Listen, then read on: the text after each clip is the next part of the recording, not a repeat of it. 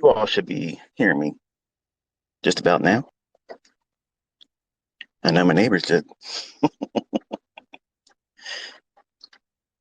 All right, so we are going to hang out for a little bit,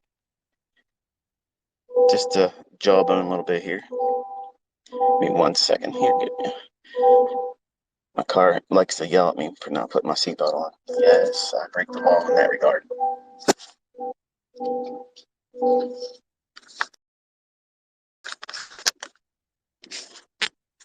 But for this one, I guess I'll have to wear it because it'll chime and chime and chime for a minute before it turns off. All right, so this week we had some non-farm payroll action. And in case you're wondering, if you don't want to be sitting through this, that it should be recorded. So that way you guys know that let's sit here and listen to this. You can come back to it later, I'm assuming. So one of the things that come up a lot is, why do I stay away from trading on Thursday and Friday, or even the afternoon session on Wednesdays on the first week of each month? And it's only to do with the inconsistencies with the market symmetry and the things that I call a signature and price action. They will come in and out. They'll be hit and miss type setups. I've learned over the years that it's just better for me not to take these trading days with live money, because the probabilities are much lower than they are when they're not on those particular days. Not the same as like a FOMC. Like a FOMC day, I can sometimes go in after the FOMC announcement because it's created volatility. But ahead of the FOMC, I won't be in front of that, because it's basically a gamble. You don't know what they're going to do. For non-farm payroll, the elements about that week, and what you've learned hopefully this week, was that in the beginning of the week, this is what I teach my students, that Monday, Tuesday is kind of like your honeypot. You want to go into the market looking for your setups there. And if you don't find it, try to force it. You don't insist upon taking a trade. But if it presents it, you try to take it then. And then at the New York session on Wednesday, that's like your cutoff time. It's closing time. If you want to go in after that, just know that you're gambling. You're not doing what I've taught you and high-fiving me and putting up your trades and tweeting to me saying, thanks ICT, me for that, because I told you not to do it. Okay, so if you made money, that's on you. And if you lost money, guess what? That's on you too. But I see a lot of folks that will post, hey, what do you think about this? What do you think about that? And apparently they're not listening, because here's what I think. Well, on Thursday and Friday, you shouldn't have been trading. That's what I think. And what do you do on those days? Well, basically, you're students, okay? You're learning.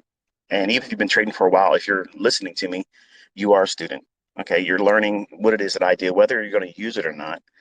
You're a student. So you don't want to be doing the things that I'm telling you not to do, because if you do that, you're wasting your time under my tutelage. You're not going to benefit from it. Apparently, some people like to come and they'll say, hey, look, ICT says don't do this, but I made money over here. Okay, that's fine. When it rains on everybody. Okay, that doesn't mean that you did something right that day. It just means that when I first started making money years ago, back in the 90s, I had 9 months of sheer luck, folks. And it's not painful for me to say now. It was painful at the time to admit to myself that I wasn't as good as I thought it was. Like, I thought that books that I purchased and VCR tapes and CDs and everything else, well, not CDs, but DVDs were coming up then. And I thought that logic was building me into a juggernaut. And well, the only thing that was a juggernaut is how fast I blew the accounts. Because once the market started going into a trader's environment where everything stopped going parabolically one direction up, I discovered that I didn't know how to trade. And that was very painful to watch me blow not 1, not 2, not 3, not 4, but 5 accounts. 5 accounts in 1 year in the 90s, trying to force what I thought the books were working for me initially with. And it's a terrible experience, but when I tell you these things, what to avoid, what not to be doing, and then I see folks going out and doing the very thing I tell you not to do. And the worst thing that can happen is for you to find short-term success doing the things I tell you not to do. That's exactly the equivalent of what I was doing for 9 months in 1993. And it was not skill, that was luck. And you were lucky if you made money on Thursday. You were lucky on Friday if you made money. Now that the dust has settled, it's Saturday. If you look at the 5-minute price action on the E-mini S&P, now I don't have a chart in front of me, but I know what it looked like. It was very boring, very sloppy. Yes, there was a setup. Yes, there was a few little tiny little scalps. But if you were in there looking for a particular run, that would be framed with a larger degree of probability, not something just on a 1-minute basis. And when I'm looking at trades, I'm going to be all over the place, so that way you know. It's probably going to be difficult for some of you guys that are sticklers about, why don't you just stay on one topic? I'm not going to be able to stay on a topic because I'm literally speaking as my mind goes. So this is what it's like to be in my head. I may not completely close a topic, and if I don't act on something, obviously just tweet it to me in response to this post or this recording, and then I'll address it if it's something that's noteworthy. If it's something that's already been mentioned in other videos or things, and I'll pretty much just, I'll like your comment saying I read it, but doesn't mean that I'm going to answer it because I've already answered it somewhere else. But when I see folks posting that, hey, thanks ICT, I made this much money on Thursday or Friday of non-farm payroll week. I'm not gonna high five that. Not because I'm ignoring you, not because I'm trying to be ignorant, but I'm trying to show you that you're doing the opposite of what I'm telling you to do. And some of you just simply want to have those war scars. Like you want to be able to go through what I went through, or anybody else that blows accounts, and I got the war scars to prove I earned my stripes. If I could go back in time and I could have someone like what I'm trying to be, I'm doing my best to be the very thing that I was wanting to be, or not wanting to be, but wanting to learn from, someone that had the experience, had gone through the pain, suffered, lost real money, and then found a way to make money. That's somebody that I would have completely subscribed to, absolutely took everything they would have said to heart.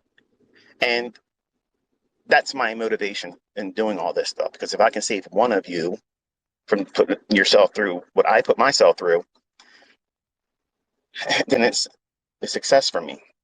But it's almost like a confessional too, because a lot of you look up to me as like this superhero kind of guy, and you view me as something that I'm not. I'm not like what many of you attribute characteristics like. It's undeserved. I'm an average little person. Okay, I'm not really a big deal. I came from a small town, and I was fortunate to find my way in certain circumstances, certain chance meetings, and I've been blessed by a really big God. And that's who's behind me. That's where I get the tenacity to stay with it. That's who kept me going when I didn't have an ICT encouraging me. It would have been great for me to have somebody to sit down like this and kind of like just talk to me, be a friend, be someone to encourage me, because I was in tears just about every other day back in the 90s. I was so frustrated. I used to work, and I'm thinking about it right now as I'm driving. On Saturdays, I would get up real early, and I used to do a vending route for a guy out in Owings Mills, Maryland. And I didn't make very much money, and you've all heard this story before, but I had to go service a nursing home on, I can't remember the name of the road. It'll come to me. Fayette Street, downtown in Baltimore.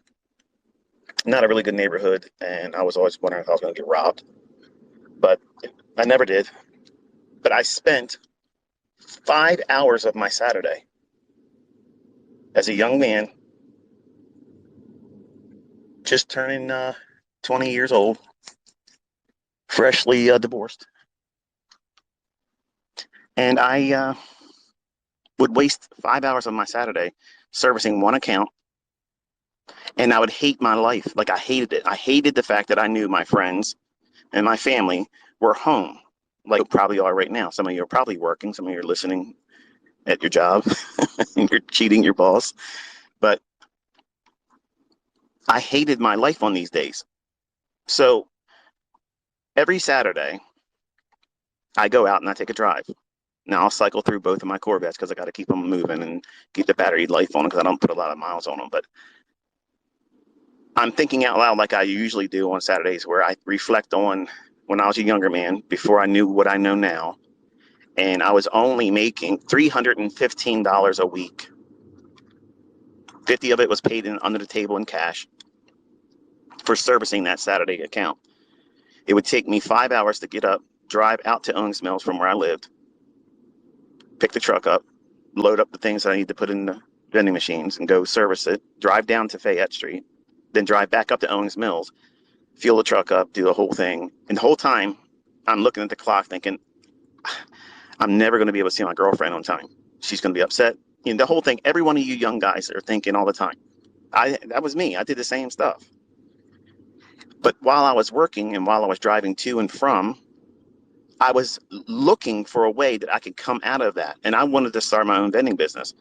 Like, I was going to cutthroat the guy I was working with because he was underpaying me. He took advantage of me because his view was, and this is what happened. I was sitting in the back of the warehouse after one of my route days, and the guy's father, who really owned the business, came in, and real snooty Jewish man. Not that there's anything against Jews or anything like that, but this guy was a hardliner. Just, if you're not Jewish, then you're nobody.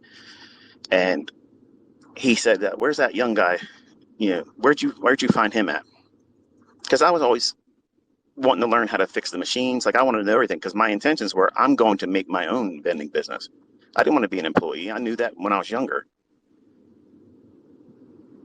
But I heard him say, where'd you get him from? And he's like, he applied, and he was the one that kept calling wanting the job. So, and he comes, he never misses a day. Never misses a day. He's like, he looks like he's from Essex, Maryland. He goes, he is. He goes, yeah, you got to watch those guys from Essex. I literally wanted to crawl under a rock at that time. And that day struck a fire under my ass. I was like, you son of a bitch. Let me tell you what money making is all about. I'm going to find a way, and I'm going to come back here, and I'm going to show you sons of bitches what real money is. I crept underneath the dock door so that way they wouldn't hear me. Because I think at the time, Glenn, who was the boss, the manager, the son of the owner, his dad, Marty, he said something that day that literally got under my skin. And I was like, who the hell do you think you are? Now, let me paint a picture for you. This guy, he owned a lot of Section 8 real estate down in Baltimore, made $30,000 a month in Section 8 income, living as a slumlord, okay?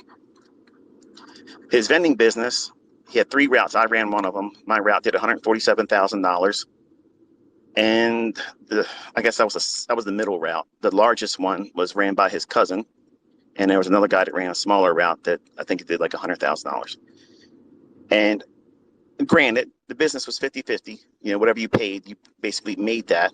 And then you had to take costs of any kind of employee or whatever. And we just simply got really dirt income. That day, when I went home, I talked to my uncle. And this is why I believe college is a scam. Okay. And I say it all the time. College is an absolute friggin' scam. I went to school after high school, did all the accelerated learning, all the additional things. And I was very high in math, science, and computer programming and operations. I was into all that stuff. When I was in 6th grade, I was making my own programs, making my own video games. Okay. It is what it is. Now, today, all the programming languages that are available, I don't keep up with it because I'm not trying to be a computer programmer. I'm not trying to be an employee, and I could care less. But that day when I came home and that employer of mine offended me without knowing that he offended me, obviously I couldn't quit because I needed the money. But I talked to my uncle, who was a University of Maryland graduate in finance and business management. And I said to him, I said, what would you do if this happened? And I explained what I just told you. And he was like, what did I ask? Like, did you say anything to him? I said, no, I was embarrassed. Like, I mean, I'm from Middle River, which is across the street basically from Essex, which is down the street from Dundalk, Maryland. Okay. And they are like the armpits of Maryland. Okay. Like, as far as like white trash, like that's the areas where you see it from. And I can say that because I came up from it. So a lot of good people live in there and they still do. But generally, you get the Rough Riders from that area. And some folks that are from this area, when they hear me talk, they can hear, like when I say use, like that's a slang that you can basically tell if somebody's from, Middle River, Essex, Dundalk, that vicinity. We all have that kind of vernacular, that little accent. But my uncle told me, he said, you just got to get yourself a good education and just pursue what you were in school for. I said, I don't want to do it. Like, I don't want to do it. When I got out, I couldn't get a job with all the programming. I couldn't do it. I studied COBOL, CICS, Pascal, Basic, C++, and I didn't want to be in the video game making. Like, I didn't want to do that. At the time, the visibility, and I was really wrong, I didn't see that as a industry that would have been growing, because I watched it transform so much from like Atari 25 or 2600 when I was a kid. We all have PlayStation and Xboxes now, but when I was a kid, it was Atari 2600. Like, if you weren't it, if you didn't have that. Okay. So I've watched all the transitions and I was like, I just think it evolves too fast and I just don't see myself being able to do that. But I was wrong in that regard, because if I would have gotten into game making, I probably would have done well. But, and I know this probably has nothing to do with trading, and some of you are like, man, get to the point.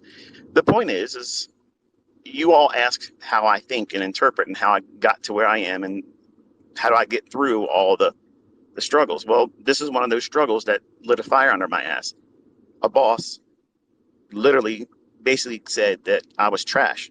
Didn't say the words trash, but that's what it is. So when I talked to my uncle that day when I came home, because I actually lived with them, I rented a room and board, $50 a week. And I told him, I said, Uncle Stan, I'm mad. Like, I'm pissed off at this guy. Like, I want to go back and tell him off, but if I do, he's going to fire me. He's like, well, the best way to live well is, the best revenge is to live well. Just go and do something better for yourself. And then when it's time, leave. But I didn't have an answer for how to do that. Like, I didn't know what it is that I would be doing to make money. Not that I was making a lot of it under them, but I spent an average of 13 hours a day doing that garbage job and listening to his lies, saying, I'm going to make you a route manager one day and you would be $500 a week. Now, $500 a week back then in 1990, 91? 91. I literally swallowed that hook, line, and sinker thinking $500, that's mad money. Like, that's crazy money back then. $500 is nothing. Like, my stop loss, my stop loss per tick is like that now. So the bottom line is I was pissed off and I wanted to find a way. I wanted to find a way to get out of that situation. And my uncle's advice was go back to school and pursue more of the languages that are available today. Now, this is a guy who I love. He was a father figure in a period of my time of growing up. He let me move into his home and they treated me very good. But this is the same person, and this is what I said, don't take life advice from people that have a lot of drama in their life. And there's people out there that critique me very hard, and they assume the things I talk about and say aren't good advice. But if you look around, there's a lot of folks, since I've been public teaching, they're showing the results. They're doing those funded accounts. I'm seeing people getting paid, not just the acceptance of these funded accounts. And I'm not going to sit here and rep anyone's company because I don't have any affiliation. And please, if you're part of those companies, don't reach out to me anymore because I'm not going to, rep you. I don't do those things.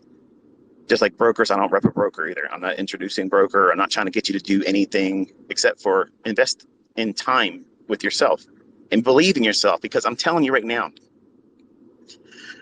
going to college is the biggest fucking scam you'll ever do. And I don't care if you make money because you went to college. The world has changed. Look around. Look around.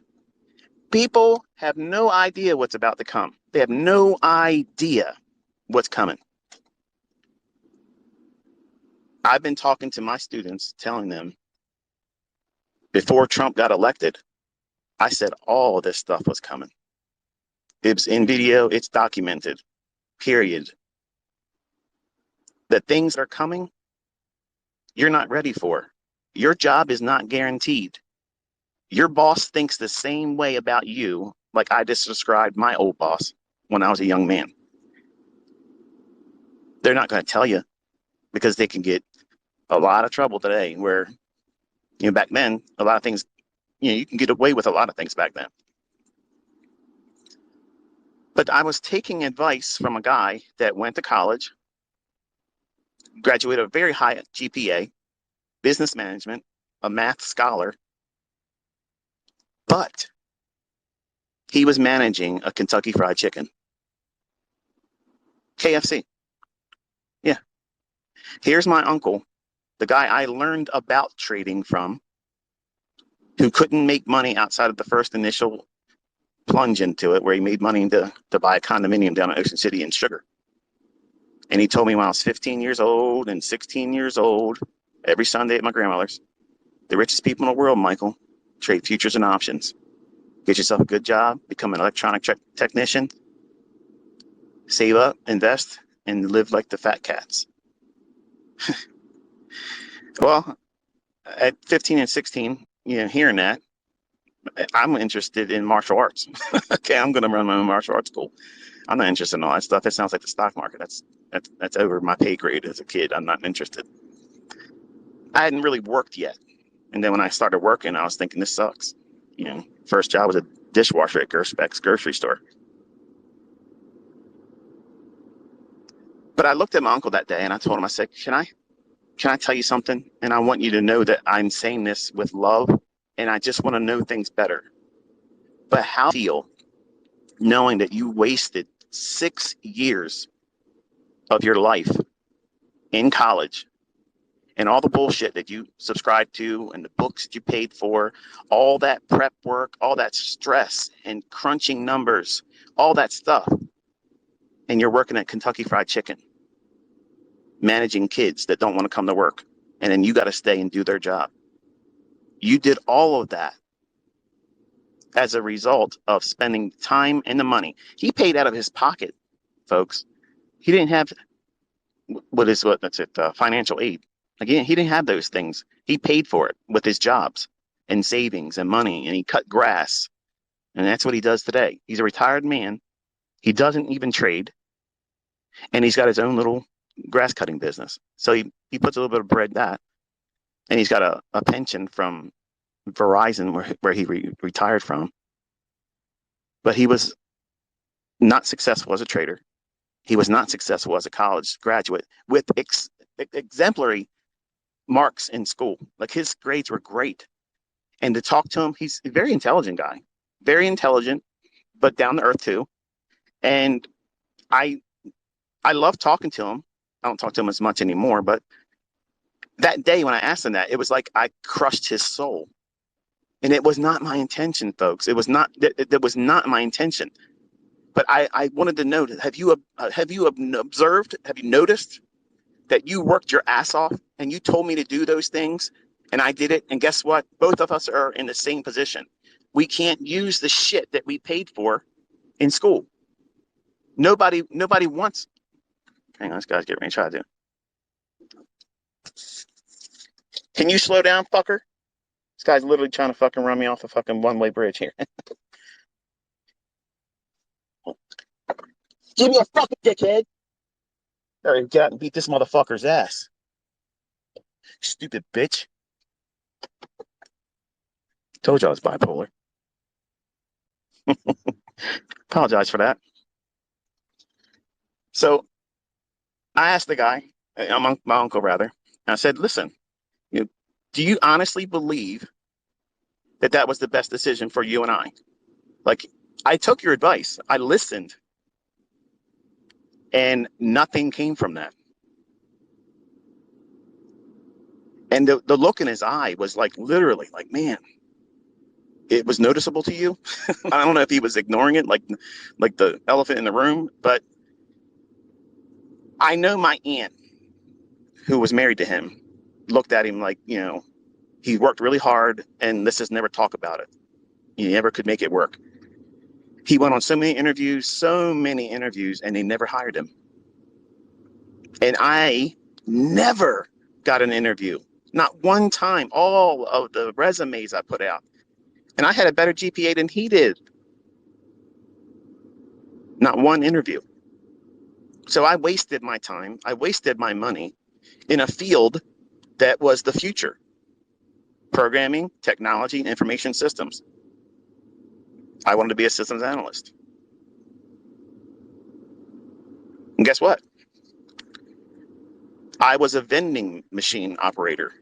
I filled coffee machines and candy machines and soda machines, and I could take them apart and put them back together.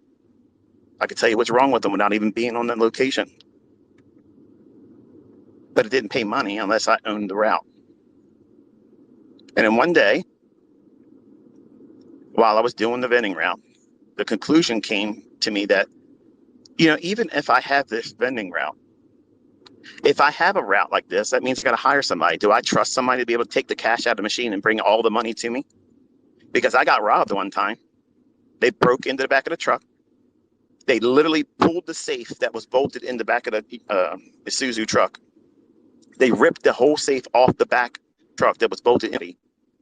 Ripped the whole entire thing out. And when I came out of the site to put the remainders and the stale stuff that I take out of machines, and I saw the door ripped off and the safe missing, I was gutted. I'm like, the first thing it came to my mind was, they're going to think I did it.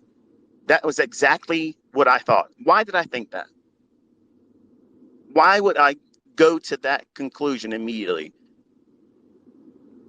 Because of that piece of shit that you got to watch those guys from Essex. And I've been honest. I haven't even missed a day. I've never missed a day. I came to work all the time. But these people broke into, stole that cash, and I literally was ashamed that it happened on my route. Like, I could have somehow prevented it. I couldn't have. I was inside doing the service on the machines. So I sat there for 10 minutes trying to figure out, how am I going to work up the courage to call in and tell my boss that I just got robbed. Thankfully, not at gunpoint or anything like that. But I had to sit there and wrestle with, hey, this is what it feels like to be violated. I've never experienced something like that before. I've never had that moment where something was taken from me and it wasn't mine, and that makes it even worse. But when I called in,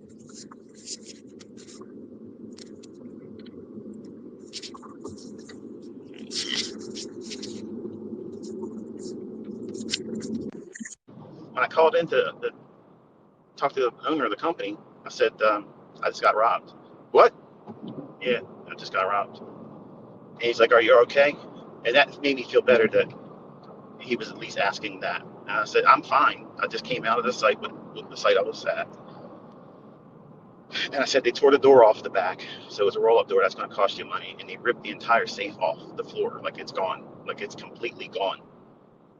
And he goes, did he have any video camera back there and like that? Any kind of guards? And I was like, there's nothing here, dude. Like, this is the site I'm at. And it was like a dilapidated old rubber hose making company.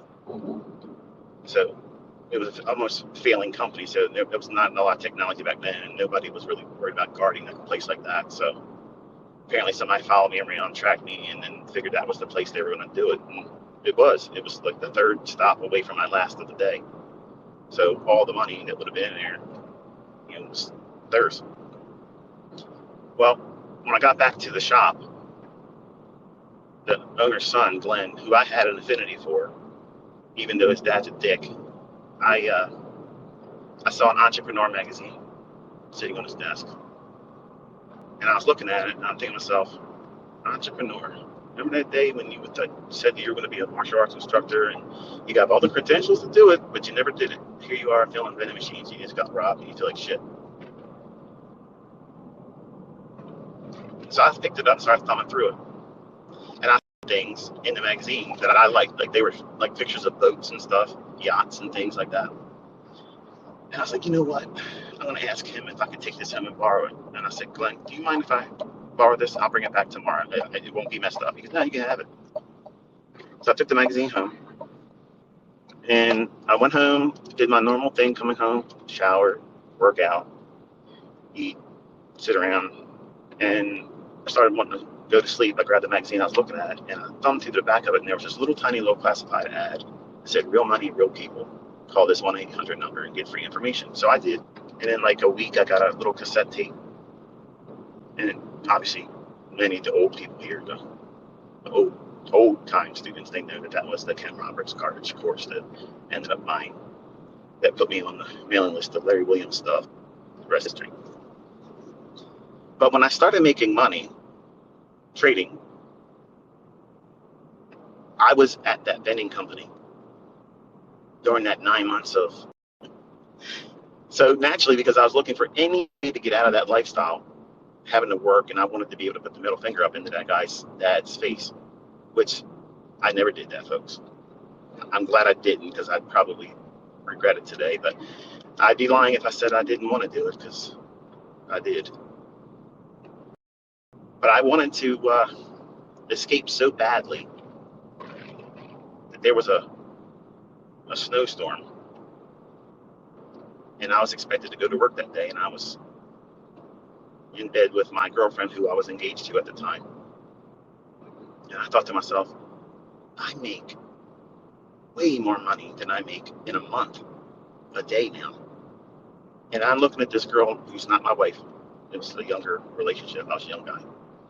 But I'm looking at her, I'm thinking, I want to marry this girl, and I don't want to be doing what I'm doing. And she doesn't know what I'm doing. She thinks the only from the vending business. So when we go out to dinner and I'm taking her to nice restaurants to try to impress her and her parents, that day I just said, you know what, I'm done. So we had pagers back. My boss was paging me, and you call in, like, So I finally look, I'm not coming in today. It snowed and it's bad here. And he's like, well, shovel out. I said, shovel out. Now this is the son, the one I did like. I said, Glenn, I can't shovel the friggin' streets. Like, it's everywhere, not just around my car. And I had a Z28 back then. So you just don't do a Z28 in this kind of snow we had. So he says, well, if you don't come in, you don't have a job. I said, well, that just made it a lot easier, because I'm never coming back down. See you. And I didn't go pick up my check. It was 4 months before he mailed it to me. Did it feel good to do it that day? Yes, because I didn't have a guilty conscience about it. That was the reason why I kept staying, because I liked him. I liked him as a person, but that day killed it for me, which is, I guess, God's way of saying it's time to go. So he let him show his colors to me, and I just rolled. And I just did it the way I wanted to, on my terms. They didn't say, we don't need you anymore, trash from Essex. Then their business went under. These folks that had Section 8 housing, they lost all their housing because of reports about being slumlords. So all their wealth and things that made them feel rich and such, they don't have it anymore. But I look at myself every Saturday, and it sounds venomous the way I'm saying it now. It's only because I'm talking to you like you're in the car with me right now. And I'm reliving these painful, emotional moments that were real. These are not made up things, folks. I ate garbage, okay, just like all of you do. I was not exempt from that. You hear me talk, and it sounds like this guy was just pressed out of a mold. He never had any hardships. It was a silver spoon in his mouth, and this is no. I had this If I knew when I was younger, and it's not because I'm lazy, because I'm not lazy.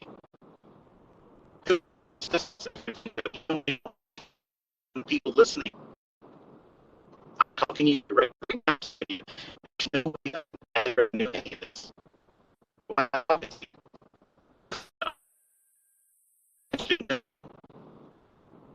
I'm a real person. I'm through these things, just like you're going through your things right now. And you'll think about this conversation when you're older and you have more experience behind you. And then when you've succeeded, you'll say, you know what? I remember that time when ICT was out there driving around, almost beat somebody's ass for almost running off a road. That day, he said some things that really resonated with me. And it made sense at that time later on, not so much meaningful to you right now because they're my experiences. Maybe you don't have the hardships that you live with. And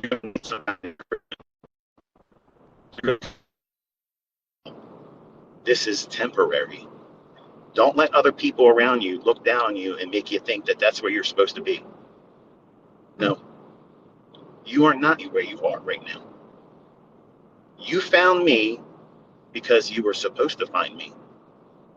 We crossed paths because you are expected to use what it is I'm teaching. You didn't find me by chance. Do I ever advertise? No. You ever seen any ads? Nope. No coupon codes, no special deals, no deadline. If you don't do it by this time, that's all garbage. That's people that need to sell. I don't need to sell shit. And when you taste what it is that I'm selling, it's real. And then when it's given to you for free, that's treasure. Look how many people are literally energized now. They're able to see it. And all it took for them is to literally engage. Take me for my word only on the basis of test and see if it's true. It costs you nothing but time. If I'm a fraud, if it doesn't work, you'll know right away. I didn't have that, folks. I didn't have those things. Hang on.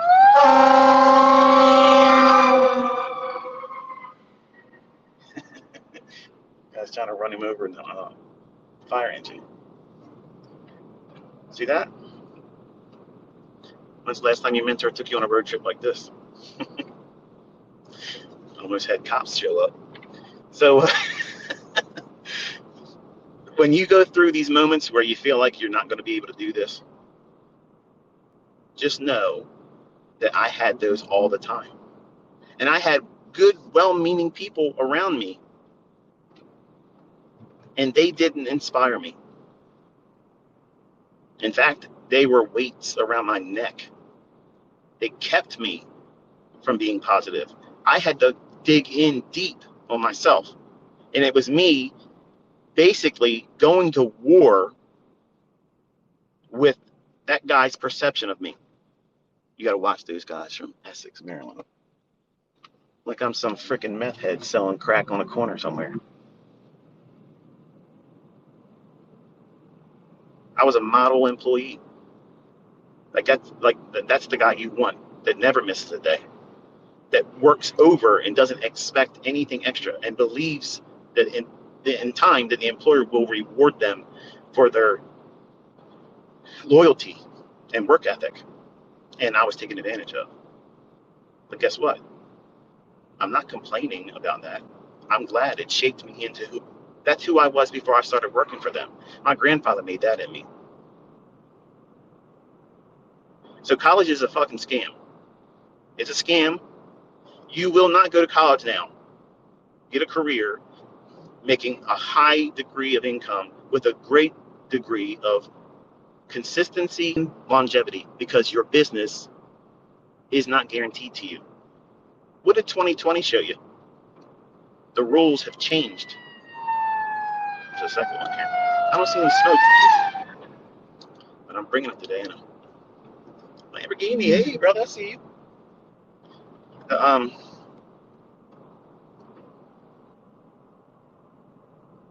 The world's changed, folks. And when I started talking in 2016, about what was coming, I got laughed at. Chicken Little. But I said, everybody on Twitter, I said, everybody needs to get ready because they're going to do something that's worse than 9/11, and it's coming. I said that in July of 2019 again. And in October, I said it also.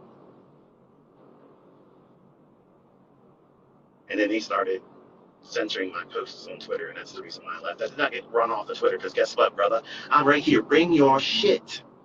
I'm right here waiting. Everybody can talk to me. Everybody can say what they want to say, and I'm right here to answer all of that.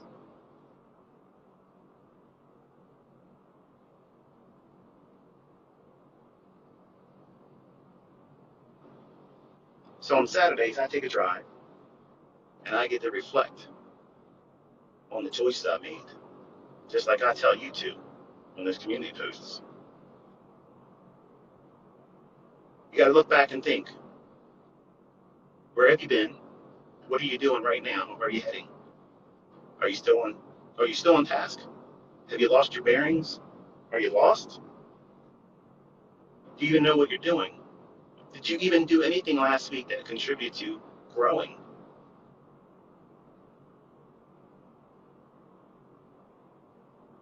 It's not just watching videos.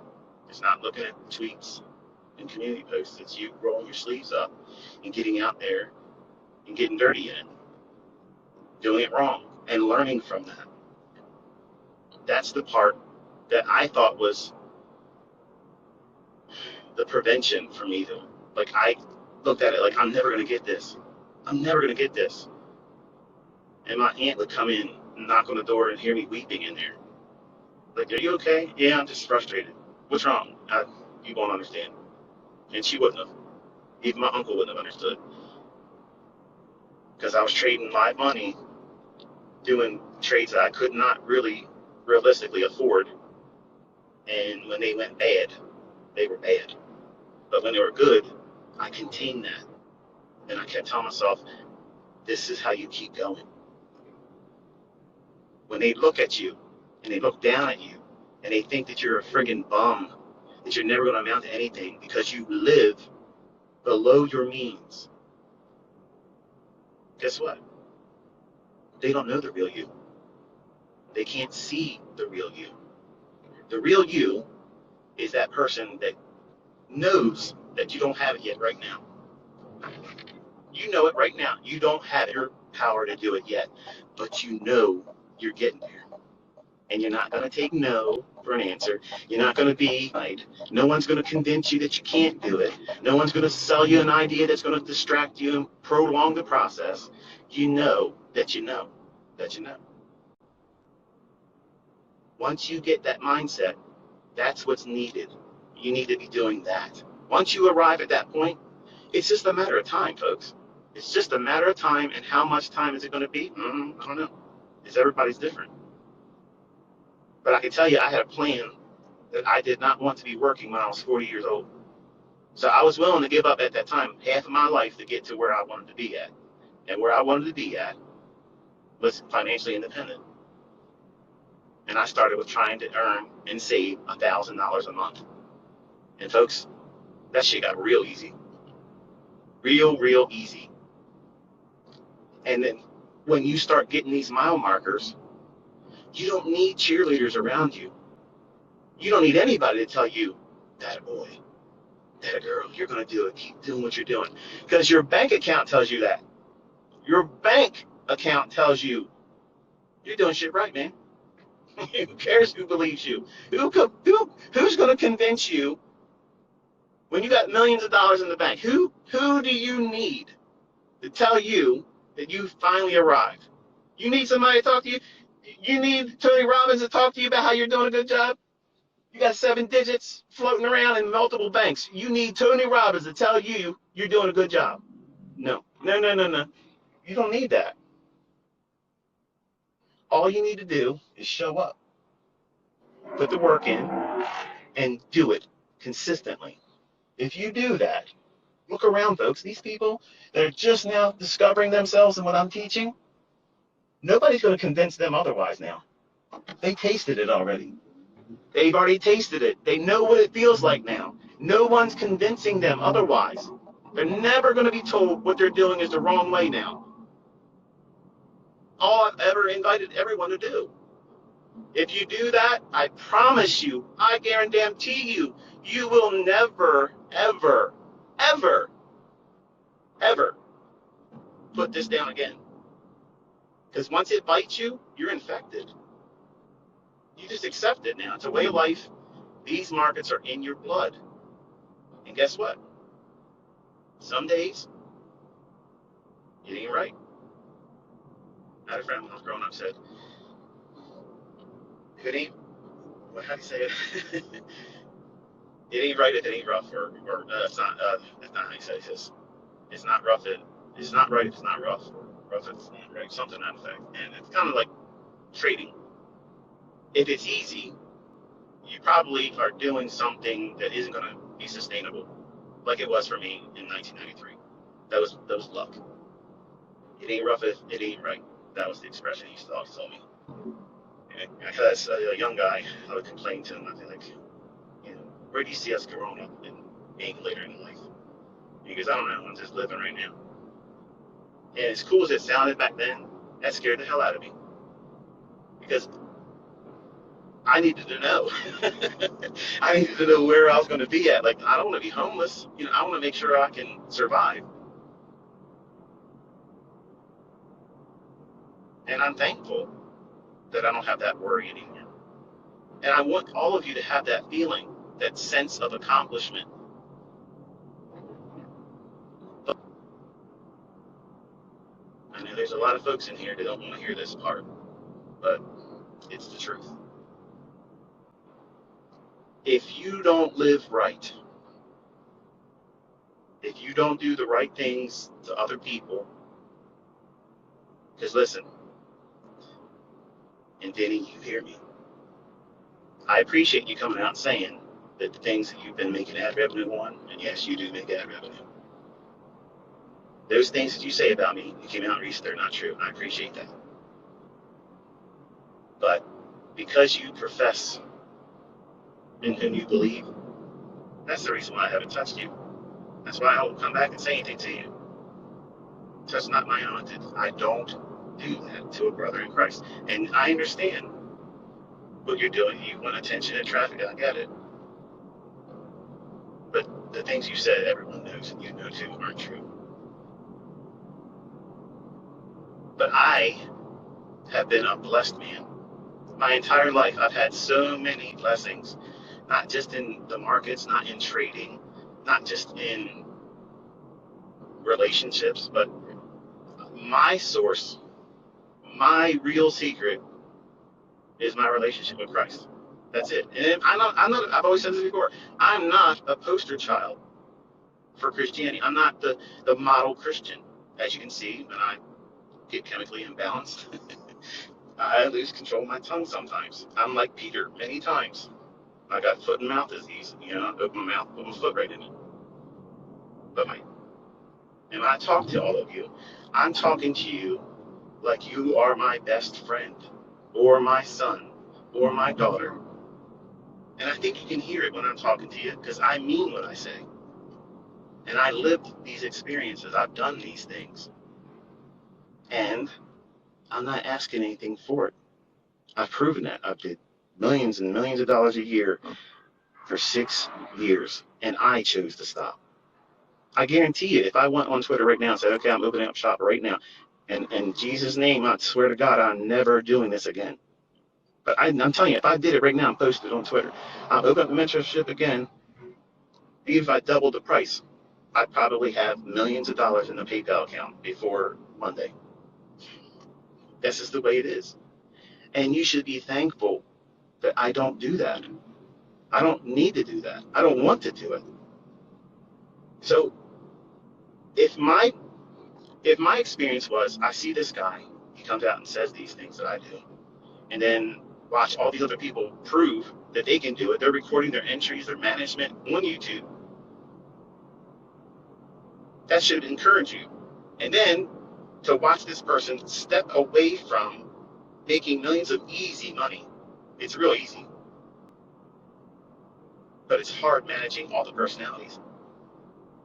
So if I'm going to manage all your personalities, I'm going to do it where there's no business tie between us. And we understand that the work is all yours.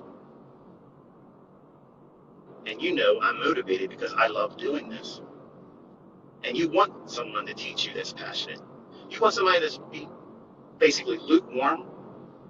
No. You want somebody that's on fire, that literally lives and breathes this stuff. And I have done that for 30 years. I absolutely love this industry. I love this business. I love the people. I love the whole idea of it, the lifestyle, everything. And it isn't about Lambo lifestyle. It's about peace of mind, knowing that I don't need your friggin' paychecks. I don't need to ask for permission if I can go on vacation. I'm going to tell you how much money I'm making this week. You aren't setting a limit on how much money I'm going to make. That's a mindset that nobody can understand or appreciate until they live that. And I'm trying my damnedest to do that for all of you. I'm providing the tools. I'm blazing the trail for you. All you got to do is keep up with me. Just keep up. That's all you got to do. Show up every day. Do the things I'm telling you to do, and don't do the things I tell you not to do. If you do those things, I promise you, you will get this. And once you have it, it's yours. Nobody can take it from you. Nobody can say you aren't going to amount to shit. You're going to be just like the rest of us, working shit jobs. Because guess where that came from? An uncle in my family. Well, he was digging graves in Holly Hill Cemetery when he retired. I'm digging graves on the people on the other side of my trades. Like it or don't. This is the way it is. I'm going to have analogies that make it seem like it's a sport. That's on you. But I've always looked at this as war. It's always been war. Because I've wrestled with demons inside me as a young boy. And that's what motivated me. I didn't have a hero. I didn't have a mentor. I didn't have a guy that could sit out here and encourage me and talk about something before it happens and it unfolds precisely week after week after week. You guys are fortunate. And I'm blessed to be that person for you. I love it. I love it. So in a lot of ways, I guess God prepared me to be this person because I had to go through a lot of this stuff to understand and appreciate what it is that you're in a mentor. And you may not even realize what it is you're looking for until you see me. Once you taste this kind of way of learning, there's no other way of doing it. It just makes sense. If I tell yourself here, stop there, you've learned nothing but to trust my decisions. But if I take you to the chart and I say, look, here, if it's above where we are, I'm biased. I'm looking for the need to go to that level. No, there's a learning in that. How many times have you seen me call something and it didn't come to fruition? Not many.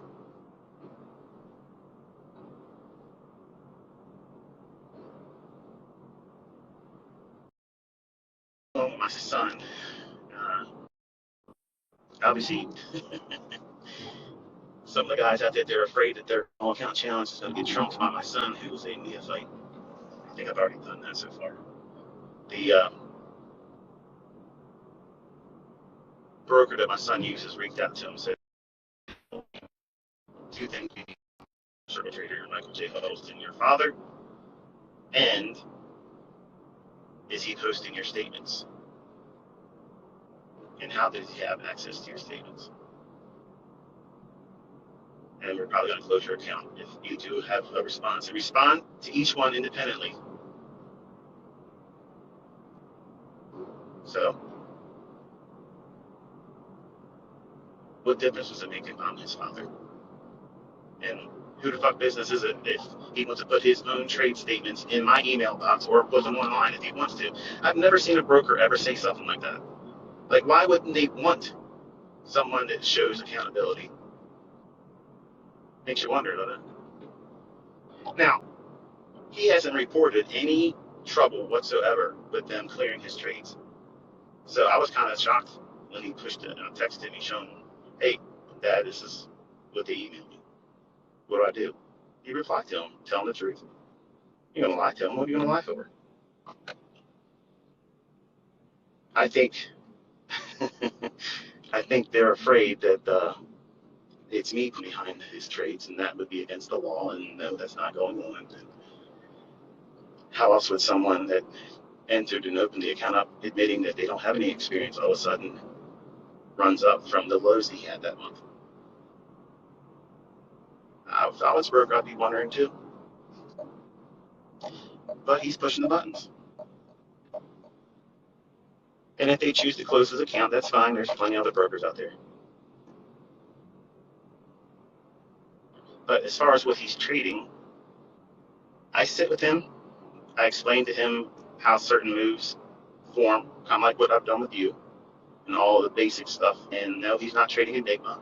He wouldn't even understand Enigma unless he gets in the marketplace. He has to taste it, see it, live and breathe it, take money from the market and have money taken from him.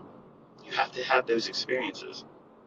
And I put him in those situations with conversations saying, what do you think would happen if you went in right here? And he's excited to get in a trade. Like, he's not in a rush to get in. If anything, he's reluctant. So I know what he's afraid of. He's afraid of getting it wrong. In my eyes, he doesn't want to fail. And I can't stress this enough, Caleb. You have made me so proud. The fact that you're doing it, I love that. I know he's going to succeed because I'm going to fucking guarantee it.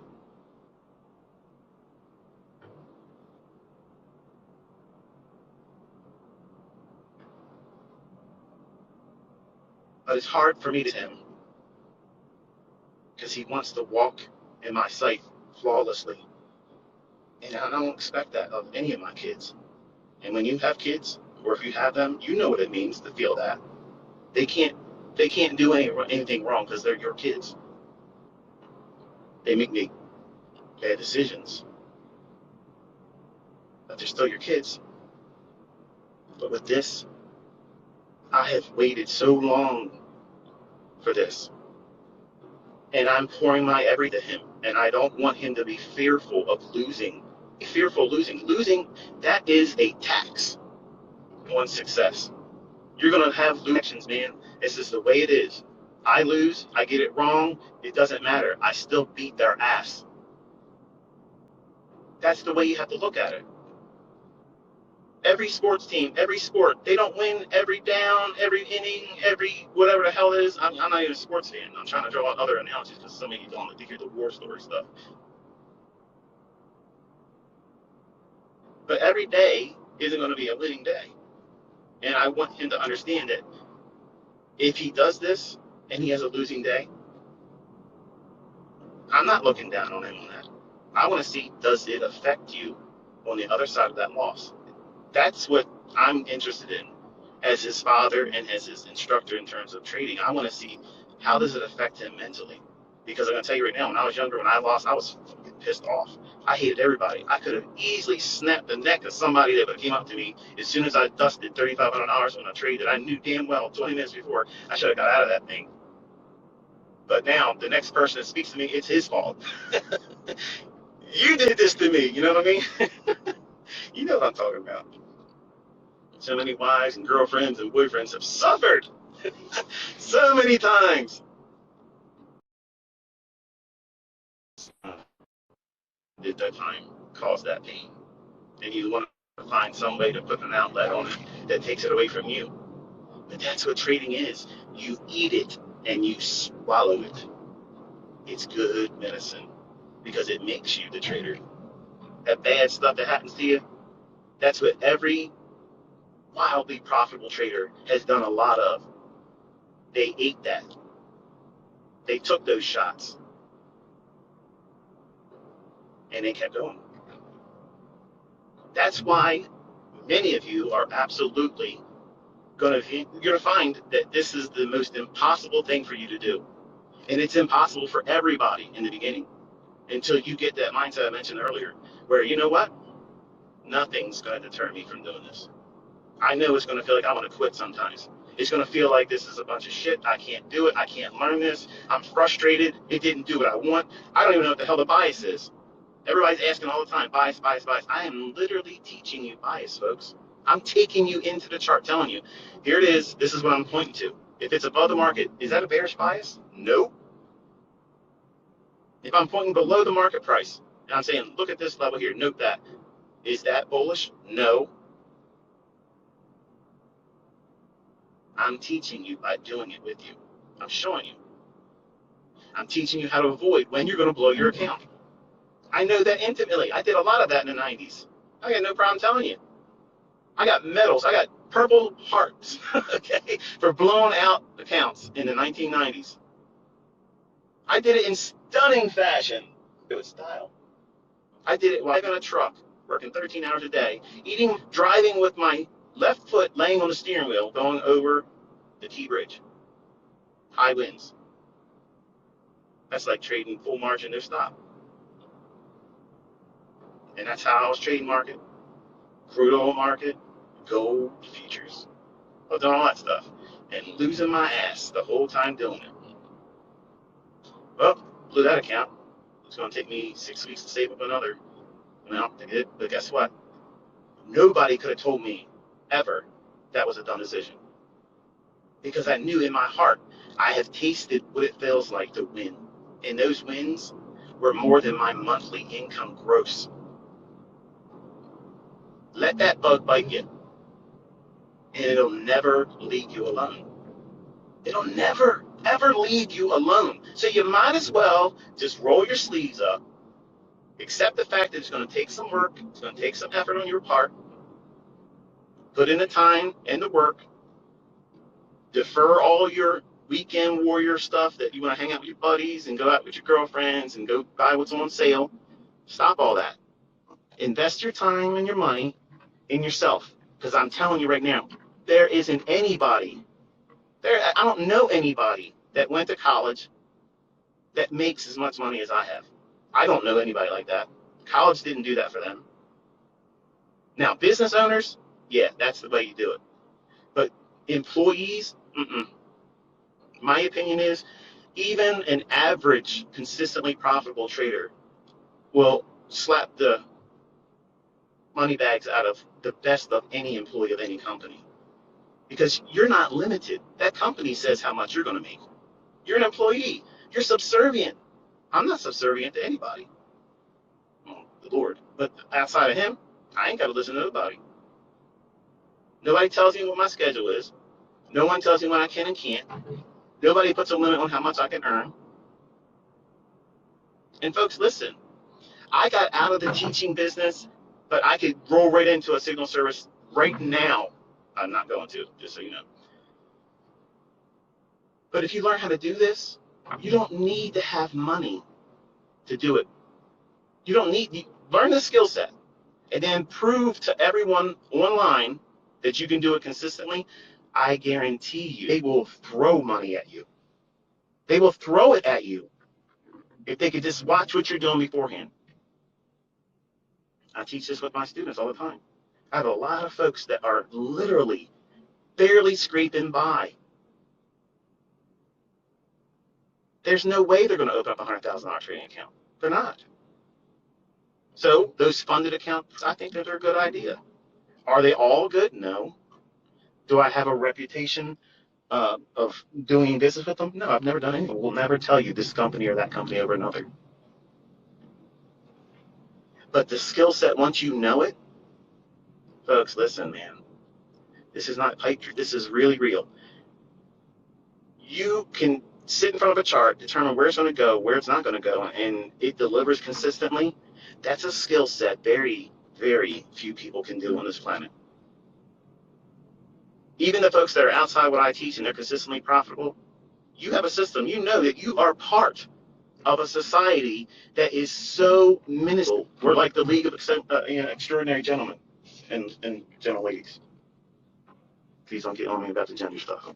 It is what it is with me. But you're an exceptional breed of person If you can sit down and interpret these charts and read the tea leaves, and you earn those strikes, whether you're doing what I do or another way of doing it.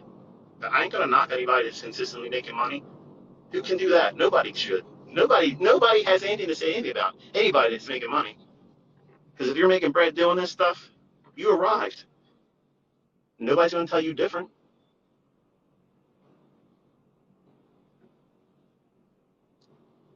So I drive around on Saturday and I think about how I'm gonna improve my son. And I basically congratulate myself every week. Kind of like Snoop Dogg, I like to thank myself. I like to thank me. I like to thank myself. I do that, but also I talk to God. I thank Him for most of everything I have is His.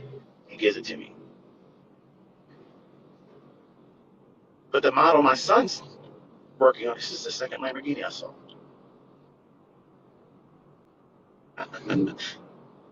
Yeah. There's a green one earlier when I said it, and I was a late one there.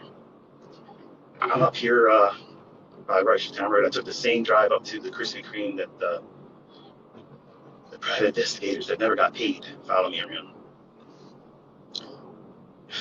I got to twist the knife when I can, folks.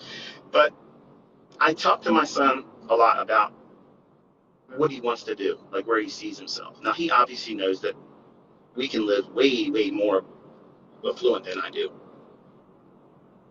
He, because he's been working, warehouse job, work second shift. I think he goes in 3 o'clock and gets off at 11 is the normal end time. Sometimes they keep him over if there's things they got to finish. And he does all the heavy lifting part. He stacks up stuff, puts it on pallets, and he's not doing an easy job for a lot of money. It's for him because he's not muscular. He's not built like a shit brick house. He's literally, a young thin guy. So he's working hard. Back hurts him all the time now. And I knew if I left him in it long enough, he would come to me with that desire and outwardly, some of you out here may be judgmental about that. But tell you this: when I was raised by my grandfather, because my father is absolutely a contract murderer. His name is Michael Joe Howington. He is serving 2 consecutive life sentences plus 20 years, and he picked up more time when he broke out of Maryland Penitentiary in 1983. Okay, so there you go. My grandfather raised me, and he raised me as a hard-line Navy man. Laziness was not accepted. You have because you earned it. If you didn't earn it, you don't have it.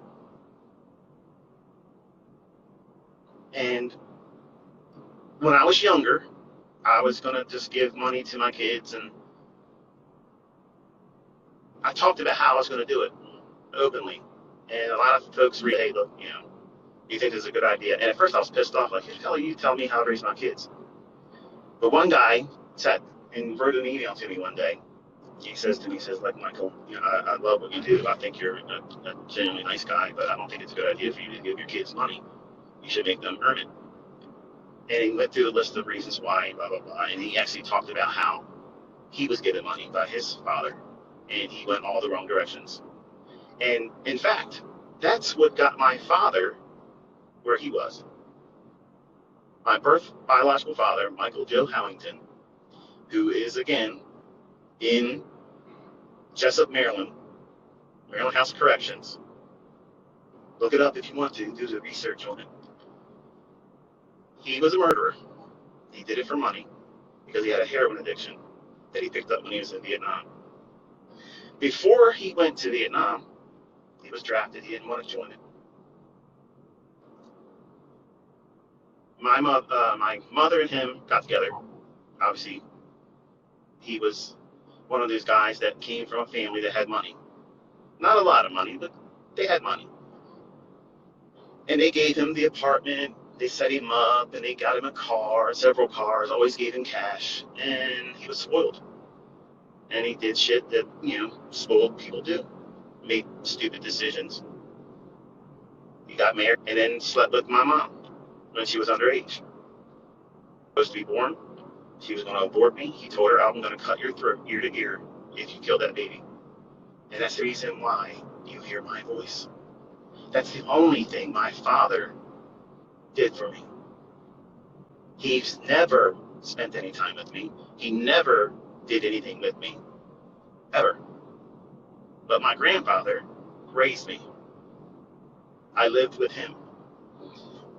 So, my son Caleb, I pushed him into a similar step. He has grandparents that are not doing well. My mother-in-law, she has cancer, lung cancer. She's got like half of one lung, a little less than half of one lung. And her husband is failing.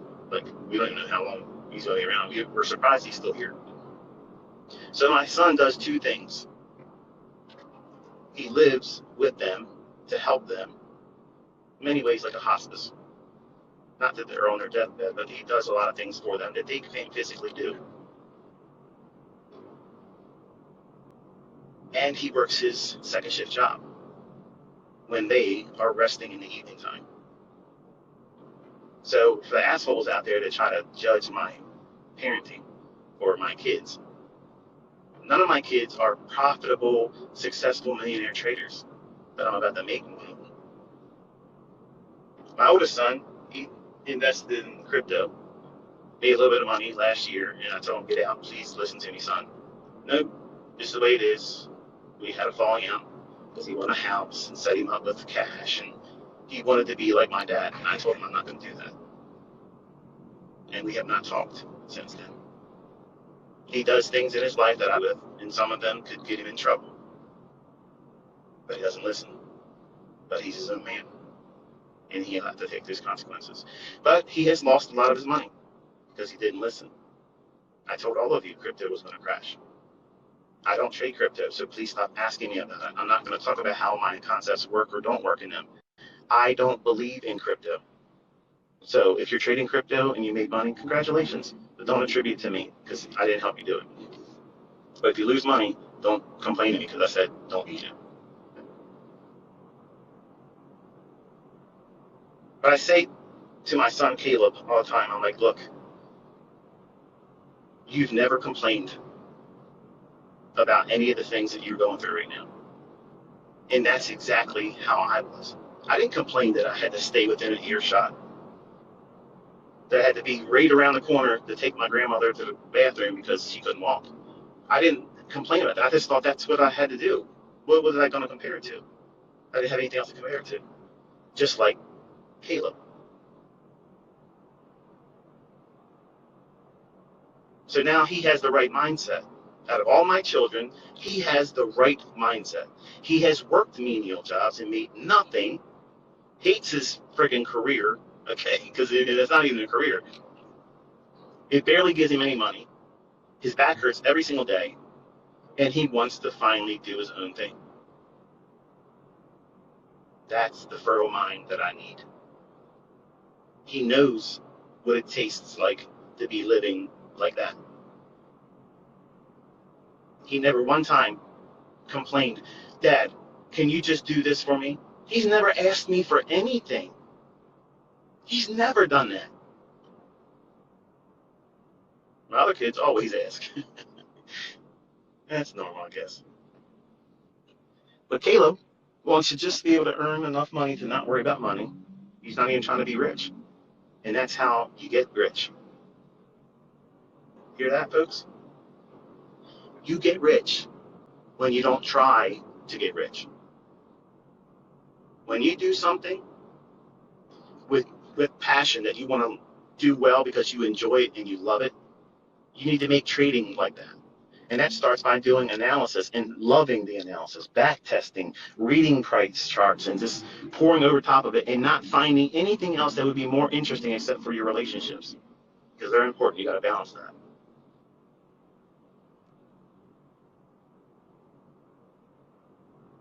I'm going for a while. I'm going to wrap this up here in a couple minutes. But I asked him, I said, I think you're in the right mindset now. I think you have got to the point where you're matured. And I think if you sit down with Dad and literally watch the charts with me, I'll show you certain things, I believe you'll be able to do this. But I need to make sure that you bring your own personality into this. So character, and to describe him, he's socially awkward. He's introverted like I am. But if he's comfortable with, like me, I'll just go on and on and shut up. Never. Okay, I stop talking when I'm asleep. He's the same way. But if he's not comfortable, he won't speak at all. And that's how I am. If I don't know something about something, I don't talk about it. I don't, and my kids will tell you that, though. If dad's not talking about him, we know he doesn't know anything about that because he's not saying anything. But if it's about work, the Bible, God, or anything like that, I can talk and talk and talk and talk and talk and never run out of anything else to say. And it's I don't know, that's the way I'm wired. He's like that. He doesn't have a lot of friends. He's got one friend. That's how it was when I was younger. I had one friend, Sean. My son Caleb, he is not confident in himself, and he's unsure about a lot of the decisions that he's going to make, and channels that into his charting ideas. He doesn't want to do it wrong in front of me. So what I'm focusing on is fixing those issues, and it won't be an easy fix. It's probably going to take the rest of the year, not longer, to overcome that. And you probably know what that feels like. Is even if you're trading the smallest of leverage, you don't want to be wrong. Not because you're in front of your father, but because being wrong sucks. But you need to have someone to remind you that being wrong is part of this, and it doesn't end your career. It doesn't stop you, folks. It does if you over leverage and you overtrade and you just go crazy. Yeah, those individual incremental losing positions will take you out of the game. That's what I was teaching you this week. This is the kind of week, every single month, that will do that to you. If you push too hard, you'll lose your account. Look through the tweets. Staying Friday. Regret. Not a lot of them. I mean, most of them is like, this is great. This is great. Yes, that's awesome. But there's people in here that say, I wish I would have listened to you. And that's the person I'm talking to right now. I'm not talking to the person that already knows my stuff works, making money. You're not my audience right now. I'm talking to the folks that are on the fence or about ready to throw in the towel and say, I can't do this. No, you can. And you're not going to quit. It is bitching. Bitching's part of it. I bitched and quit so many times in the 90s. I quit every 3 months. I quit every single time until I had enough money to open up another account. That's exactly what I was doing. I was quitting until I had enough margin to open up another account. So no, nope, that's addicted. And you have to be an addict in this to stick with it, because cheerleaders don't exist in this. It doesn't work like that. You have to cheerlead yourself. You got to be the person that says, you know what, I'm worth doing this for. And it doesn't seem conventional. It doesn't make any sense that you would expect to sit in front of these charts and look at these lines wiggling and waggling and expect them to be translating into income going into your bank account. But guess what, folks? That's exactly, when you do it right, that's exactly what happens. But if you do it wrong, and you will do it wrong, I do it wrong, you're going to do it wrong, or sometimes the market's just going to suddenly do something that you didn't expect. And guess what? That usually happens when it's not from hero week for me. So that's the reason why I don't trade it. Period. It's simple. I don't know why it's hard for some of you to get that logic. I don't have an edge in those days. You might. Congratulations. Kudos to you. I'm not knocking you if you can. I'm not here trying to size up anybody because you made money on Thursday and Friday. I don't care about that.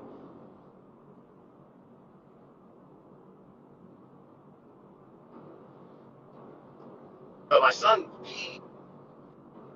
because he's indecisive, because he's unsure about himself, I'm kind of like guiding him into a model that seeks 5 points.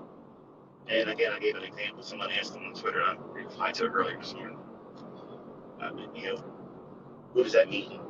And I said, he wants to trade just the E-mini S&P, because he's already tasted NASDAQ, and it moves a little too quick for him. Doesn't like that fast movement. He'll like it later on. But right now, ES is a little bit more subdued. but it can be wild when it needs to be. But 5 points in the morning would be like buying it 41 even or 4100 on the even S&P, and then having a limit order to sell it at 4105. So you would get 5 points times $50 on one contract, $250. So I'm trying to give him a model that repeats that once in the morning, the afternoon. He's going to be going in every single day looking for it, but it has to have certain rules and expectations. And once we settle in on that, I promise you, I will share what it is he's doing, because I'm going to tell you what he's made with it. So it's not a demo account. Okay. If we have to use a different broker, and say AMP closes his account, I'm going to make their statements that he gave me. I'm going to give him the form with me to show him anyway. So they're not stopping that. Okay, but to keep his account open and let them sleep at night by not posting it while he's trading with them, then he won't do it. But I don't need to make anything photoshopped or fake. If I'm going to Photoshop something, I'm going to Photoshop, a mustache or a beard, something stupid. Trading, I don't need to make anything fake about that. Okay, I can do it. And just like you're learning, you're going to learn how to do it. And it's fun. When people doubt you, I know a lot of young guys want to get out here and just smash everybody's head. You ever ask yourself why you want to do that? Why? What is it about it? Because some of you really want to go out there and vehemently defend me. Like, I need you to defend my honor. I don't need it on me. I enjoy it. Bottom line is this. If you feel like you got to go out there and prove yourself, listen, folks, this is for the young guys. And Danny, this is you too.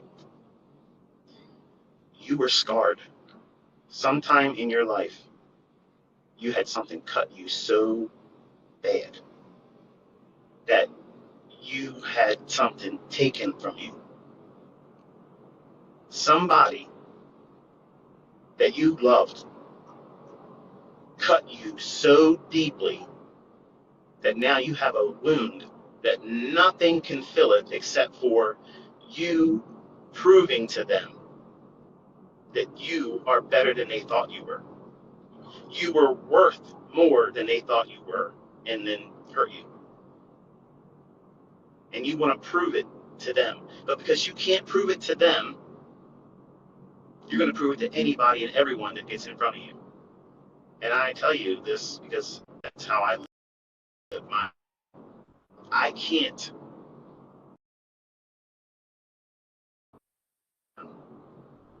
wait to see him again and embrace him and tell him, I missed you.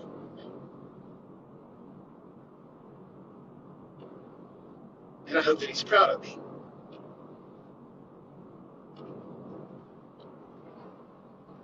I hear his words every day in my head. And it was hard growing up under him because he was strict. But it shaped me into who I am.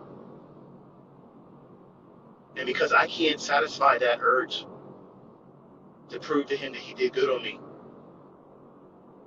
when I was younger, I flexed on everybody. Everybody for it. And I'm about to turn 50 in a couple weeks. And it's weird when you start looking at that age. And some of you young guys don't think it's going to happen to you anytime soon, but it's quick. It gets here real quick. You start looking at things differently, and things don't matter like they feel like they matter for you right now. I can get out here and do all kinds of things, folks. But when you're done doing it, payout isn't nowhere near as much as you expected it to be. And the bottom line is this: nobody cares. Nobody cares. So really, you're just doing it for yourself on reasons that aren't really worth it. So if you're in trading to prove your self-worth to somebody else, you're doing it wrong. You're going to do it wrong because of that. You're going to try to push too hard when you shouldn't. You're not going to follow the rules because you have a vendetta. You have something to prove.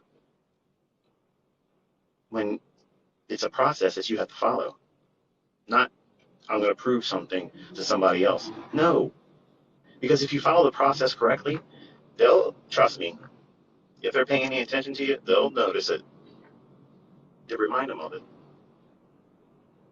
That's wisdom that comes when you start getting older. I didn't have that as a 20-year-old. I don't care what people think of me anymore because I lived my life. I lived my life. I lived my life. I've done things that no employer could have gifted me with bonuses and salaries that would ever take me to a point where I can afford things I have now. And I have a skill set that no college would ever teach you. And guess what? The institution of ICT, this college, it's free, baby. There's no financial aid needed. It's show up and put the work in. We don't give diplomas around here. Your diploma is your account growing. That's your GPA. You want your GPA to be high. You work at that. Nobody gives that to you. You earn it here. And when you earn it, nobody can take it from you. Nobody can minimize it. Nobody can make fun of it. Nobody can talk down to you at all. When, and that is what I'm trying to do with my son Caleb. Because I know I'm going to turn this boy into a savage. I'm going to make this motherfucking boy so monstrous. He is absolutely going to rip the shit out of these markets. There ain't going to be nobody that's ever going to be able to step this boy. Nobody. And I guarantee you, I'm putting my fucking life on this. My son's fucking name is going to be on the historical board of that Robins Cup, and he's going to fucking destroy Larry Williams. How about that? Caleb Huddleston is going to fuck up Larry Williams' record. You know what? I'm going to celebrate like a motherfucker. I'm going to live stream that shit. When they fucking do the audit, he's going to do it. He's going to fucking do it. And I'm going to shove that straight up your fucking asses, you motherfucking trolls. And I'm going to lug a bit of it. I'm going to be the proudest papa you've ever fucking seen. I'm going to be prancing around like a fucking peacock. And ain't a fucking thing you can do about it. You ain't going to stop it. If you think you can fucking beat him, you fucking join it. You join it. I guarantee you, you will never even come fucking close.